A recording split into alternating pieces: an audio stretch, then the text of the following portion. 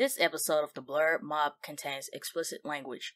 While we want everyone to enjoy the show, sometimes we may say things that are not appropriate for all ages. So, in other words, Mom, Dad, Granny, we cussing. Discretion is advised. Soccer had Riz. Oh, please. There he go. Taking another word from social media and trying to make it his own. King G. Grow Site ENT. Rock with it. Rock with it. Rock with it. Rock with it. Let me pop my shit. Let me pop my shit. Hands up. For our last topic, we're doing another mob reflection. On February 21st, 2023, Avatar the Last Airbender celebrated its 18th anniversary.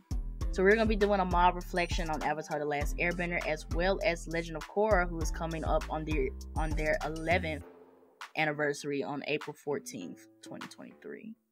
So let's get into it. Let's start with initial reactions versus how we feel about it now.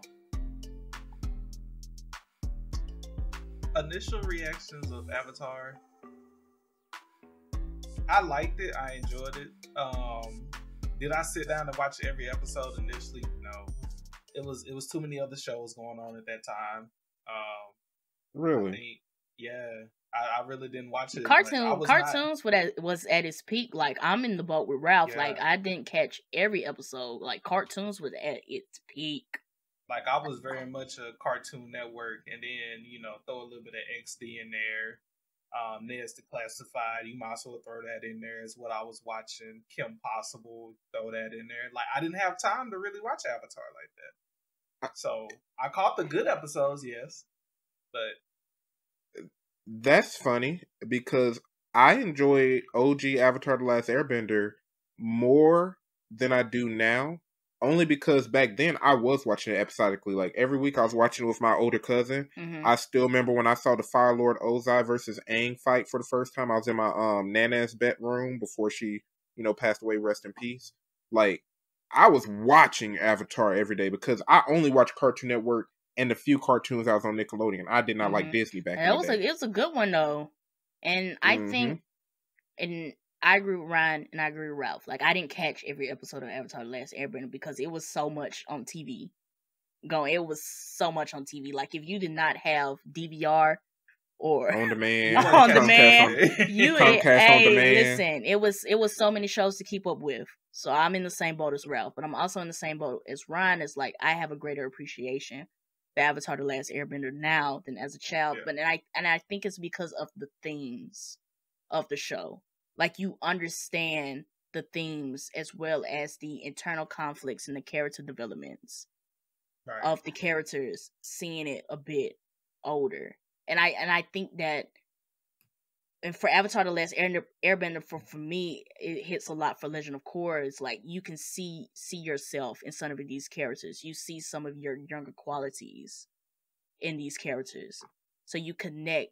For me, I connected a little bit more with these characters as an adult as I did watching it younger. Right, and I will agree with y'all. It had a more of an impact when I went back and watched it on Netflix.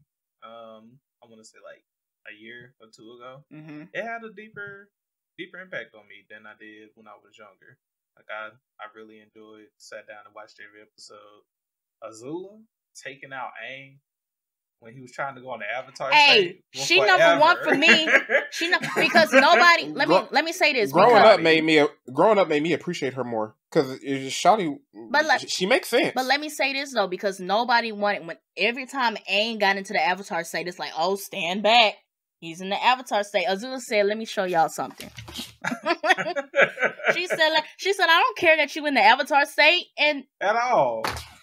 Instantly, and that took her number one. But my thing is that as a child, when you look at Azula, you see her as a villain. Why'd you shoot down Aang? But as an adult, you really see Azula, and you really see that yes, she's a terrible person, but that's some Look of at that. how Some she was raised. right. I was just about to say some of that is not her fault. Zuko is the outlier. Zuko being somewhat nicer and being redeemed is the outlier. That's the surprise. Yeah. And then you really get into like Katara's survival guilt. You get into Aang's guilt about running away and then being trapped for 100 years. You get into Sokka trying to be the big brother. You get into Toph, like dealing with who her parents want her to be versus who she actually wants to be. Even with Ty Lee and May, like all of these themes you get, and you see Iroh a bit more, just not him being the comforting uncle. You see a man that's struggling with like he doesn't want his nephew to turn out as his dad did, or Yeah, it's a lot of different stories being told within just this show. A lot of personalities being brought and really just moved up to the forefront once you get older watching this show. Honestly, like Eddie, like watching it a second time as an adult, it was just like wow. Like you really appreciate the storytelling, the character development. As a kid, it's like airbending, firebending, earth, water. But then you get down to it, and it's like these kids were going through it. It was a solid cartoon. Yeah. I think that's why I appreciated it so much when I was younger, because that was before I really got into anime. But it was one of the few cartoons that actually had a legitimate story and plot that continued past 3 episodes. You know what I mean? Yeah, that's true. I appreciated that. Honestly, when it got big after being on Netflix, I was like, I didn't know all of y'all liked Avatar. Why didn't I have nobody to talk to about this when I was in elementary school watching Avatar? But my whole thing is, I feel like it just goes back. I feel like maybe everybody has the same reaction that we did now. Because, like, as when it was coming out, was 2005, like what, we're in middle school, elementary school. I'm not going to walk up to you in 5th grade and be like, hey, you want to talk about Azula's trauma? I'm not. I'm not. I'm not doing that. Now we may, but I would be we may talk about how Azula shot Aang out the air, but like we not finna have like a whole like conversation and analysis of why Azula did that. Like, and I don't know. I don't know. I like that it has lived this long though, where you can appreciate it in different parts. Now I'll definitely give it that. Yeah. Now I talked about I would believe would be my favorite part of Avatar. What are y'all favorite? I got a couple. What was the moment for you? I got a couple. Made it like of OG or Legend of Korra included? Of just OG. Of OG. Right, just OG right now. I got a couple. One, when Azula stepped on the scene. Like that first scene, just seeing Azula, I was like, oh yeah. A Katara learning bloodbending, that whole episode. Plus the episode after that when she went against her morals and used it anyway. When she went on that mission with Zuko. Dope. The final fight, you have to put the final fight in there with Ozai and Aang. Ozai, yeah. That was nice. And anytime, I hate that they kind of like left off this story. Well, not left off, but they didn't. It like faded out. Anytime Zuko dressed up as the Blue Spirit, that was dope. Because then they show, a little bit more of. I'm not a little bit more, but it wasn't just all focus bending. Like, look what he out here doing with these 2 swords in this mask, like being like full ninja mode. Like, I felt like any scenes with him was dope too. Yeah. Nice. When I was younger, definitely the Fire Lord Ozai fight. Definitely that. And when Zuko and Aang trained with the dragons to understand the truth of fire. That was a good episode. But yeah, that was a nice episode. But now that I'm older, honestly, I appreciate the beach scene with Azula, Zuko, Ty Lee, and Mai. Are they lemon squeeze? Because you got to see their dynamics, and you pretty much learned that Azula's a lost cause. Like, for them to, like, really relax, like, there was a lot of deep undertones to that part, which I thoroughly appreciated. Also, Was it? Am I get? Don't let me get the Earthbending kingdoms confused. Was it Ba Sing Se who had the underground folks who had the Earthbending with the mask? Like the fact that the government was being ran from the background like that, and then Azula came in and they took it over. I love that arc. That whole she was a force. Azula versus everybody. That's all of my favorite scenes. Is Azula versus everybody. Yeah. Mm-hmm. Like when I was younger, I don't think I had a favorite character, to be honest. But when I got older, I messed with Azula and Iroh. Iroh being that cool mentor. I'm trying to show you the right path of peace. Mm-hmm. As a kid, I was like, "Oh, it's the old sensei. We know what he is." And I love, but he wise. True, and I love Iroh so much because it wasn't the usual "I'm your mentor. Oh, you did a bad thing. I'm turning your back on you" trope like we always see. Iroh always loved Zuko.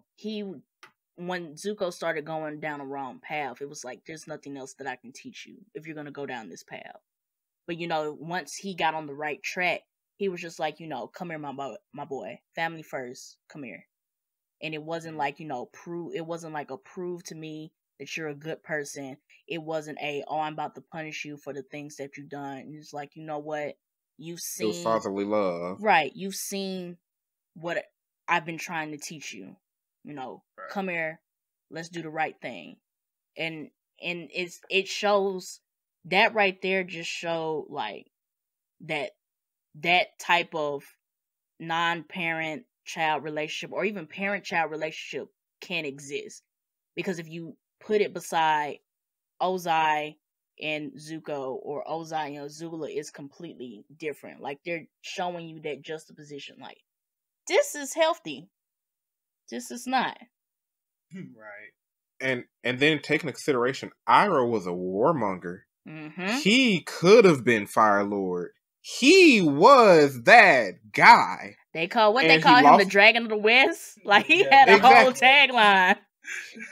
And he didn't create lightning. Did he technically create lightning bending, or was he just one of the main people who could teach it and share the information behind it? I don't know if he made it, but I think he was the main person to teach it. Yeah, because he had unlocked that, you need to understand water bending.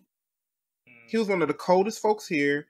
He lost his son, which hurt him and everything. Joined the White Lotus, not necessarily the Illuminati, but the Saviors being in the background to help everybody.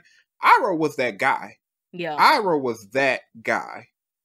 And it really just and it makes you wonder, like, what if he was on the throne? Who would Ozai be? Who would Iroh be? Who would Azula be? What would the Fire Nation be? What would the Fire Nation be if Iroh was on the throne? If he hadn't lost his son and went through like that whole whatever process he had to go through to become the Iroh that we see in the cartoon, like it makes you it shows it. Once again, it shows you those two different paths, because here's Ozai sitting on the throne, ruling the kingdom, and here's Iroh, who could have had the throne, but lost it, and then this is the path that he decided to go down. Mm-hmm. I think Iroh would have been invincible. He kind of is. It's just he has a soft spot for his family. That's the part that we kind of don't. Yeah. Iroh could have beat Ozai, which is the thing that we gotta accept. Yep. Ozai and Azula combined together, challenge. But him versus Ozai 1-on-1, if he wanted to go hard, he could have dog walked his brother. I think Ozai is just so arrogant. Like, he's one of those characters where, like, I rule, and you see it in Azula more, but he's one of those I rule in fear. I'm up front. I'm, front line. Like, you're going to feel this pressure. And, having that arrogance, that's where you take a L. This man passed down his crown and gave himself a new title. That's what I'm saying. King. He said, you're Fire Lord. I am the Phoenix King. Yours means nothing. Nothing. I am the emperor of everything. I ain't gonna lie. His outfit was cold, but I was like, my guy. I'll do it too, but come on now. It just added, and just going back to Azula, it just added to her constant need to be accepted, to be seen. Because, she worked so hard, and, she gets this title as Fire Lord, and now this title, Fire Lord, means nothing. What's next? Phoenix King. So what do I need to do to be the Phoenix King? And if the only example she has is Ozai, guess what? That's gonna be it. Like, everything that she has done up to this point is about to be 10 times worse. Exactly. And then the mother's love thing, like, let's not even get into the fact that, like, her mom looked at her like a monster, and then it's like, it affected her, but she was like, well, F you, I'ma do me, like.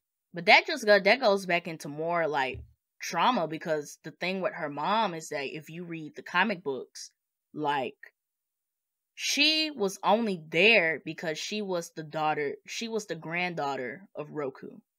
That was the only reason she was there. And it's kind of like the Todoroki family thing. I got you so we can make the perfect firebenders. And, you know, Zuko, and he wasn't, and off rip, Ozai wasn't fooling with Zuko, so, you know, let me take my baby, you know, let him know that he's loved. Azula has went under Ozai, and, like, there's really, and I feel like she probably looked at it like, there's nothing that I can do. Like, now that Ozai has seen her, and there's really nothing I can do. If Ozai would have treated them both the same, I think Azula would have been straight. They still would have been traumatized, but I think she would have had a better chance at redemption. But because Ozai zoned in on her, that just put the start to everything. If Aang never got stuck in the water when trying to run away, you think he would have got hunted down and executed, or he would have stayed a good Avatar? I think he would have got hunted down, because look at what they did when he wasn't there. They tore them air temples up. And with him being 12, I would say this, depending on when they showed up, he probably would not have been able to handle them because he only knows air. Now, had they expedited, you know, like the Fire Nation is coming, you need to learn all of these other elements, like right now, I still think it would have been a challenge, but I think he probably just would have did what he did at the end of the series and just manned up and did it. I slick think he would have lost. I slick think he would have lost. I think it just would have depended on the support that he had. I think Aang overcoming some of his challenges really had a lot to do with the support he had. Katara, Toph, Sokka, Zuko, and all of the people that were coming in to help him, because he was the last airbender. They hadn't have an Avatar in 112 years. These people could have thought the Avatar was dead, like that whole Avatar cycle stuff was done, and did not know that this boy was trapped in ice. They just thought that the Fire Nation came, the Avatar is gone, we're screwed. And for him to pop up, I'm the Avatar, the last airbender, you know, the support that you get, the cause that you get rallying behind you, I feel like that really helped him a lot. But I think it would have probably had to been bigger if he didn't end up in the ice. I really just think it probably would have had to do with the people who was around him. I don't know who would have taught these men the other elements. You know what? Well, new thought. He could have been a G. He could have been a G, because if everybody that he had teaching him the elements are already inbred with war, he could have been a G. Well, because you got to think about it this way. Back then, they were used to having an Avatar. So they would have already known, like, each nation would have already known, we got to train them. The Fire Nation's trying to start war. The White Lotus would have been already had everything assigned and figured out. He probably would have had a quicker time learning it. I just don't know, because he was so scary. Like, you talked about the support he got. His support would have been there, but it would have been more of the support from, we're expecting this of you. Like, this is your job. Yeah. You're the Avatar. You got to do it because that's what you're supposed to do. And I think he would have quit. I think he would have got I don't think he would have quit. I think he would have did it, but I think, like, how he develops after that may have been an issue. He may have been, like, you know, not the heartwarming, lovable Aang that we know now. He could just be like, you know, stone face, I'm the Avatar. You know, I show up and do what I need to do, and I get on down. Like, this is how I was taught. This is how I was taught to cope with things. Like, my feelings don't matter. I'm the Avatar, and this is my duty. Right. Yeah. And I agree with that 100% because when Katara and them find them, we don't know what to do with this kid. You're the what? Like, this is how I waterbend, even though I'm still learning. But let's move into Legend of Korra just so this episode doesn't go on a bit too long. I like Legend of Korra. I just think it got the short end of the stick, and it's not the series' fault. It's really just Nickelodeon did not think that Legend of Korra was going to blow up like it did in the first season. So when they asked for more, they did not have time to plan all of it out. Like, Avatar the Last Airbender was fully planned out from front to back, perfectly crafted, which is why we had so much praise for Avatar. But then Legend of Korra just didn't get that same love.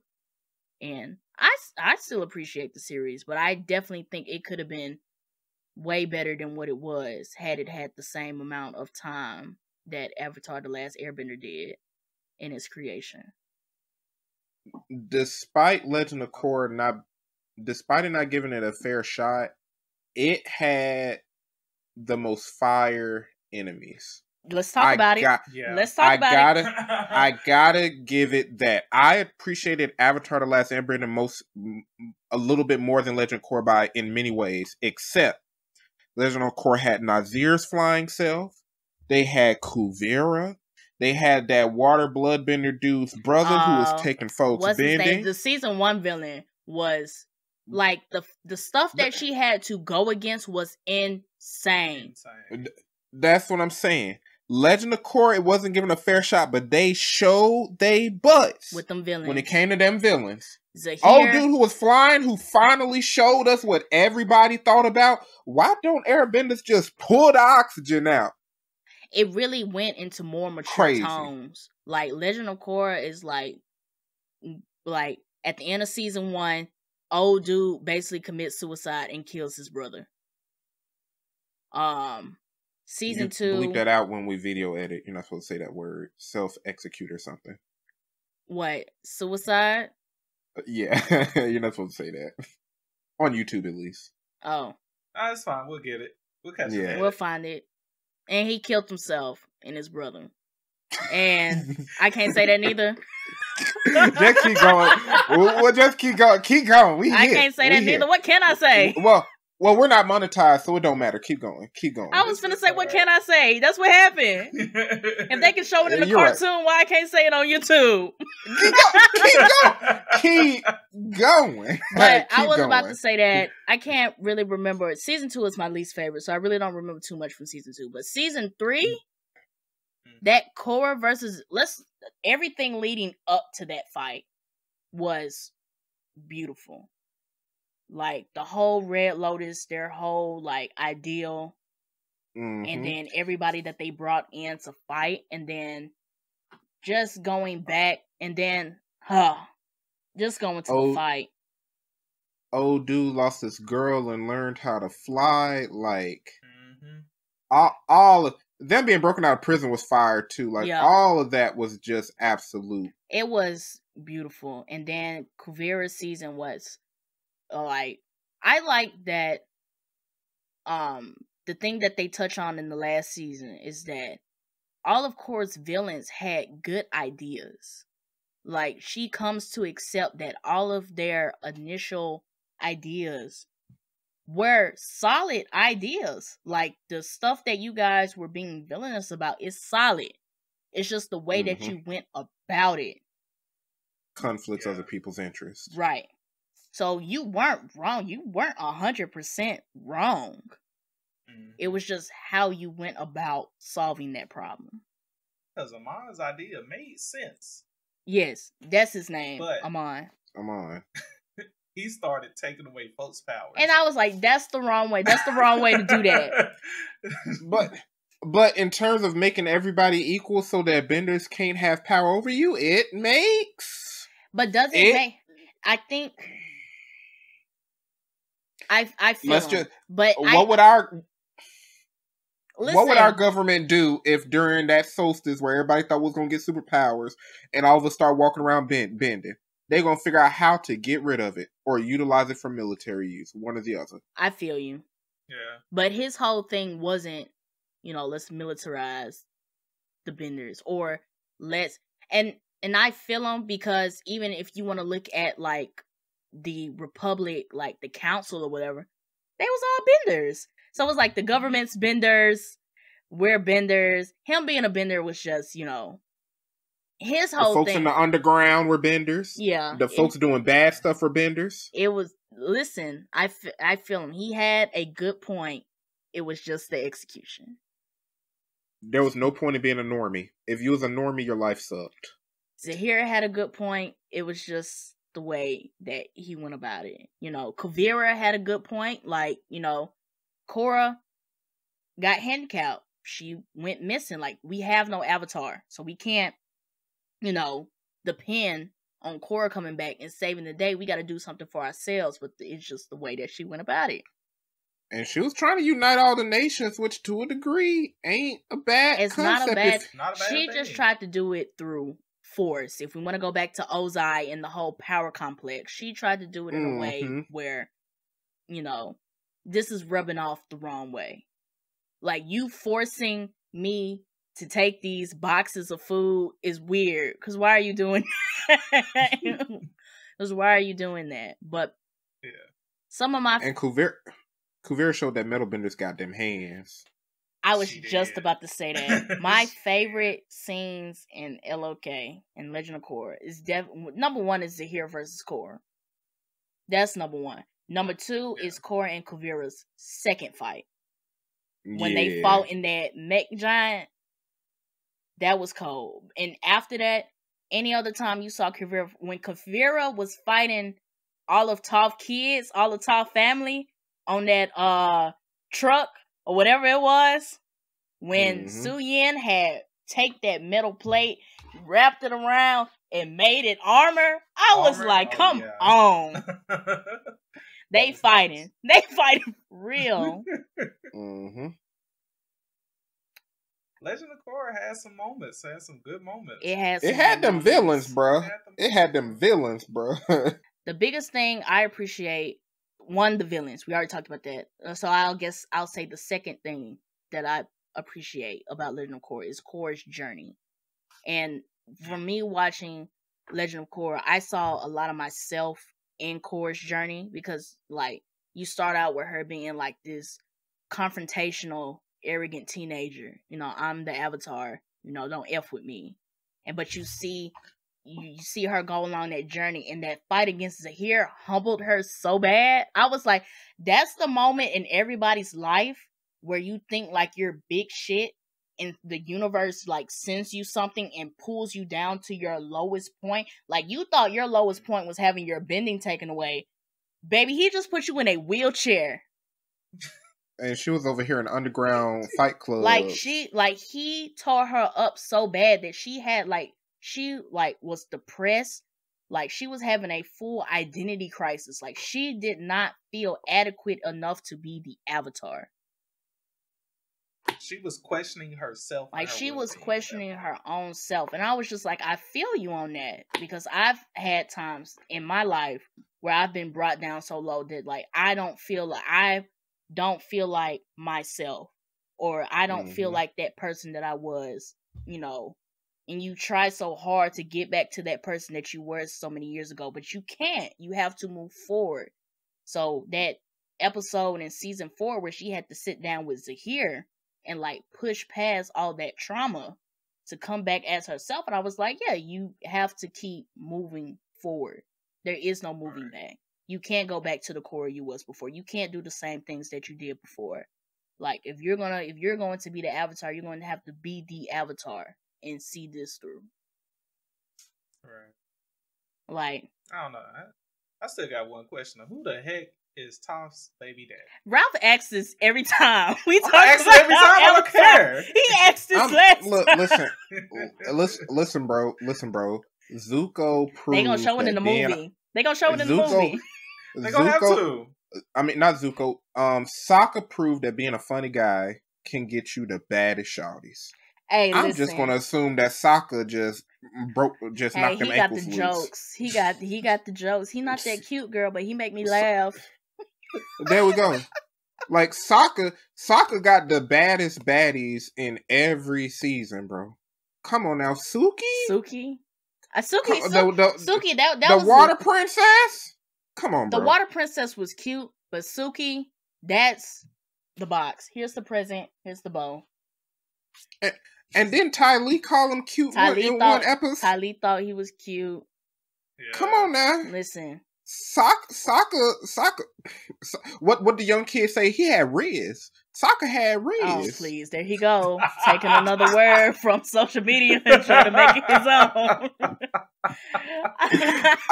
I gave them their credit, and they be saying R-I-V-V. They tried to recreate Sokka in Boland for Legend of Korra, but Boland didn't hit as hard as Sokka for me. Love Boland, ain't have the juice. Hit as hard as Sokka. He didn't have the juice, bro. He got whatchamacallit, Opal. She's cute. She was straight. Yeah. She was good. She was solid. But yeah. She ain't no Suki or no Ty Lee or Water Princess. Hey, Suki is the GOAT. That prison scene where she ran up that wall and flipped through them rails and got behind that water and then tied them up. I was like, look, they don't call her the Kyoshi warrior for nothing. Exactly. Oh, man. But let's go ahead and shut this down because we are touching an hour and 50 minutes. Jesus. Yeah, we got carried away. We got it's all in the season for banger. Hey, it's all in good fun. It is all in good fun. So make sure if you're listening to this podcast, you've been taking some breaks, putting us on pause, going to the bathroom, eating a snack or something, and then coming back and listening to the rest of this episode. But this was some good conversation. Or if you was watching it on your phone, feel free to watch it while in the bathroom. Take your time. They do it now. Just wash your hands after. Wash your hands after. Please. Don't put that bacteria on your phone. Wipe it down for Clorox wipe. Yeah, make sure you just take the proper procedures to clean your stuff. But once again, for the end of season 3, I want to thank you both, Ryan and Ralph, for joining me on another episode of the Blerd Mob podcast. I want to thank you all, whether you're listening or watching, for tuning in. Whether this is your first time or your 50th time listening, the watches and listens are always appreciated. For everybody who is participating in the Cartoon Network tournament, spreading the word, interacting with us, coming to the lives, thank you. It is appreciated. I'm very excited for this tournament and I can't wait till we get to the end. And with that being said, go ahead and lead us out, Ralph. All right, and I would also like to thank all of our affiliates, Right Stuff Anime. Make sure you get your manga, Funko Pops, movies, etc. from there. Make sure you get your top tier Funko Pops from Entertainment Earth, just like Ryan, so you can be like him and be like me. Don't want to be like me because I only have one. We gonna get you up there. He right here. I got Miles. Why you taking are you gonna take all of yours out the box? Yeah, so I got a plan, but okay. Let me get back to rapping. Let me get back to wrapping it up. But yes, make sure you guys check out our affiliate links. Make sure you continue to support us, share us with your friends, your family members, and pretty much anybody that you be around. But make sure you guys follow us on our socials at Instagram at the Blerd Mob Pod. Make sure you guys follow us on Facebook and TikTok at the Blerd Mob Podcast. Make sure you guys follow us on Twitter at the Blerd Mob. And with that being said, we out. Peace. Hands up if you love him where you at. Stand 10 toes down. Sure, they ain't no looking mad. You can let them haters hate when they asking why I'm smiling.